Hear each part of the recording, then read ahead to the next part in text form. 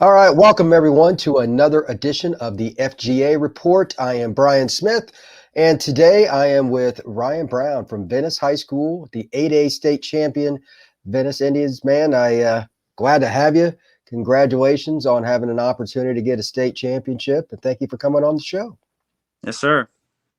I'll have to admit I didn't know much about you. I went down and saw you guys play in the spring against Lakeland, and that was probably about the worst day in the world to see a quarterback play. It was about 50-mile-an-hour winds that day. I don't remember if you remember I that, do. but that was not the greatest opportunity. But you still had some pretty good throws in that game. Your team went through a pretty strong gauntlet of competition. The only game that you lost was Cardinal Gibbons, and then it culminated in a state playoff run that ended with a state title over Apopka. Just to start off, what's it like going through a gauntlet like that in preparation for the playoffs and then stepping into it and going forward? Yeah, I mean, it wasn't easy. It was difficult. Especially we didn't have a bye week until Oh, the wow. week before the state championship. We were basically, I think, 15 weeks without a break. So it was difficult, but we kept our head down, kept working, and we fought through it. That's crazy. I didn't know you didn't have a bye week. How did that transpire? That's very odd. So Okay. our first game of the year was supposed to be against Gibbons, and then they Oh, got coronavirus, so they got quarantined. So we had to make our first game our bye week, and then we switched our bye week to play them. that's not ideal. Nope. Obviously, especially Right. when you're playing a team as quality as Gibbons. They're as well coached as any team in the state of Florida. So, okay, fair enough. Um, you told me off air Gibbons was probably as good a team as you played in the season. You played Gibbons. You played Coco, yes. Yeah. Who else did you guys play of note this season besides So we those two ball played clubs? Gibbons, Cocoa, Edgewater, and then we played Yeah. Miami Northwestern in the Kickoff Classic. Yeah. And they So were I all, mean, what do you think? I mean, was there any advantage to playing that kind of schedule, or was it a situation where we just do what we do, we'll get there? yeah, I mean, I think it was both. It prepared us for every game. There was never a game where we were like, we haven't seen this kind of competition before. And then I think by the time we got to the playoffs, it was just we were used to playing high level opponents, so it was nothing new. Well, that is an advantage. That's one of the old sayings. If you play nobody in the regular season, it usually comes back to bite you in the butt come playoff time. It doesn't matter what sport it is. It could be Right. basketball, it could be Yeah. anything. So Gibbons and teams like that, yeah, that certainly helps you. Talk a little bit about your situation. You came down from the state of Michigan. How that happened and all that, so people get a little bit of a background about you Okay. Yeah. individually. So I was up here playing quarterback, and when COVID hit, I moved down to Florida and I went to Riverview. I didn't really have a lot of time to make a decision. I was deciding between Riverview and Venice, and I chose Yeah. Riverview.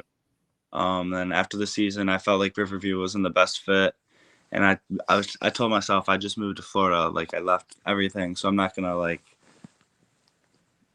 gonna sit here and like not like my situation. So I went to Venice, and then I ended up loving it. Well, there you go. Obviously, that program and the community, it's very, very much encapsulated around the high school. It's a great town, by the way, for anybody that doesn't know about it. It's just south of Sarasota. That program has really escalated itself, Yeah. and the coaching staff cares. I mean, I've been around it a little bit. Coaching staff cares that the program has a lot of dudes. I mean, I'll let you talk a little bit about a few of the guys that I know on your roster that are going to be playing here in a second. But that roster, how well is the idea of being around dudes to push each other? How much do you see that in the weight room with running? I mean, nobody likes running 110s and Right. stuff like that. Mm, But how important is that to have other guys that like this guy's going to play college football right. and he's doing that? I Yeah. need to do talk a little bit about that. Right. Yeah. I think that pushes everybody, not just the kids that are going somewhere, but the kids that are just playing football for like the memories, um, to be a part of the team. Because even the kids that don't want to go to the next level, they can still be motivated by other players like Damon and Elliott who have offers from Alabama, because they can tell themselves, like, if I beat this kid like in a rep, like it's such a motivational thing that they can overcome somebody with that kind of a status.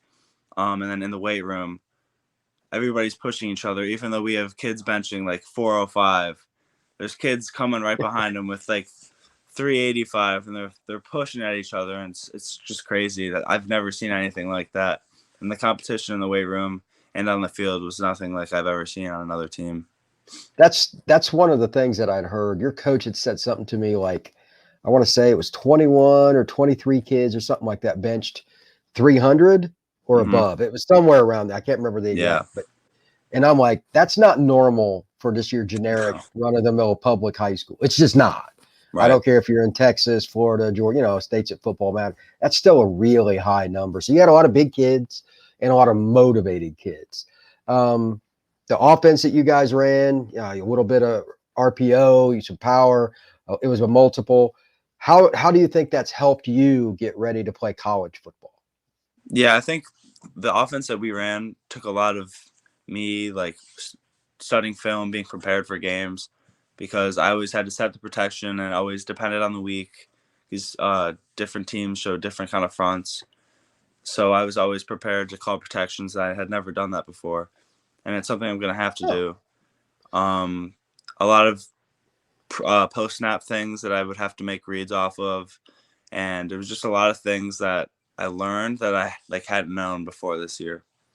It's interesting because a lot of high school programs, they don't exactly instill a lot of confidence in their quarterback. Everything's done for them. Right. It's just the way it is. But your coach allowed you to do that. And again, you've got skill guys all over the place Oh yeah. at your program. So you can get the ball out of quick screens, go route, whatever, and you had that opportunity. That's great for you. And now, even though you only got to start 1 year in high school, you have a few offers and stuff.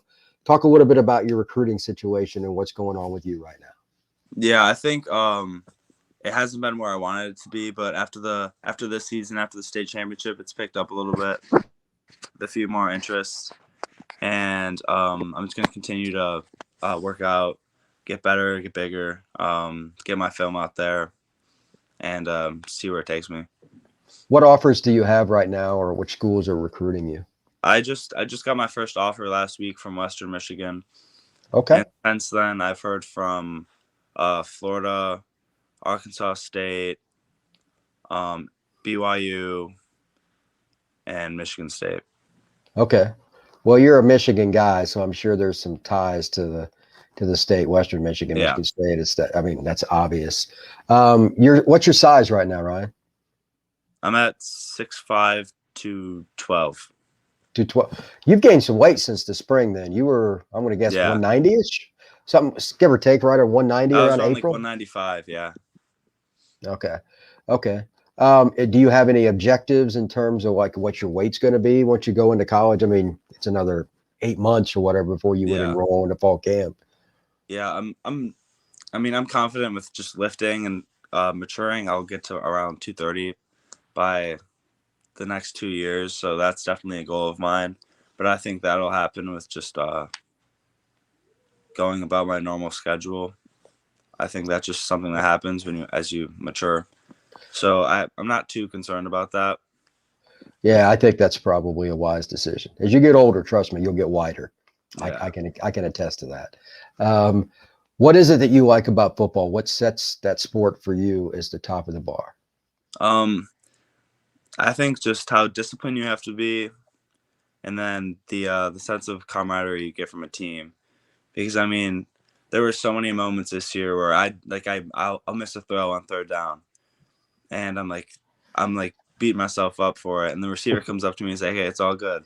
Like, move on to the next play." And then there's a time where I make the throw and he drops the ball, but it happens. So we get together, we have each other's backs. Same thing with the O-line. Same thing with the defense. We're always on the defense. It's just awesome to be a part of a team like that where everybody supports each other, no matter how different like your background is. And just in the locker room, getting to know people that you like never thought you would get to know. just really cool to be a part of all that. Well, it is the ultimate team sport. That's what I Yeah. like to call it. I know I'm not the first to say that, but in college, as an example, there are 85 players on scholarship. I mean, that's a lot of guys, Yeah. that were recruited. So camaraderie is a big part of it. And I think it's one of the things that most NFL guys talk about.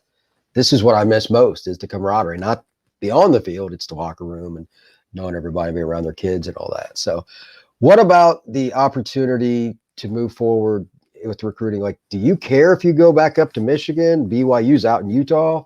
Does it Right. matter to you like where you go, or do you even really No, care? it doesn't matter where I am. I think the biggest thing for me is how I fit with the team and their offense. So that's basically that's been the biggest thing. Do you have any particular style you're looking for? Do you want a wide open style? What is it you're trying to find? Yeah, I want to find a team that likes to throw, likes to drop the quarterback back, team that puts the ball in the quarterback's hands, let the quarterback just uh, make reads, put all their trust in the quarterback, just like how we did at Venice.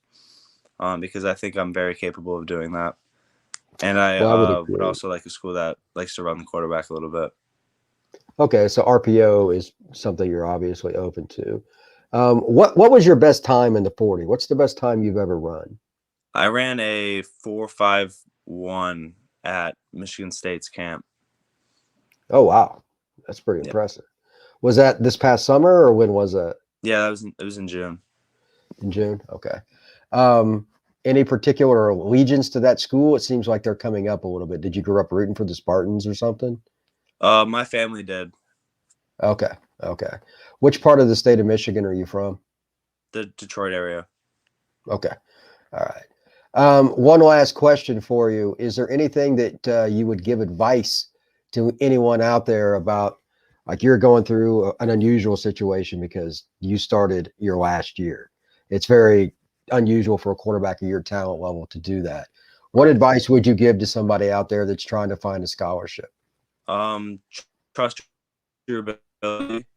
I was in a pretty bad situation just a year ago. Wasn't really getting the playing time I wanted to, but I knew I was very deserving of what I have now, and I was confident in myself, and I always bet on myself no matter what. Um, there's always going to be people that don't necessarily like care for you or support you, but there always will people that do, and you just have to find those people and just bet on yourself always because it'll always pay off. That's awesome, man. That's awesome. Yeah. If you don't bet on yourself, who's going to bet on you? That's Right. that's absolutely 100% true. So, all right, Ryan. Well, thank you very much for FGA Report. This is Brian Smith and for Ryan Browne. Thank you very much, everybody. Have a great day.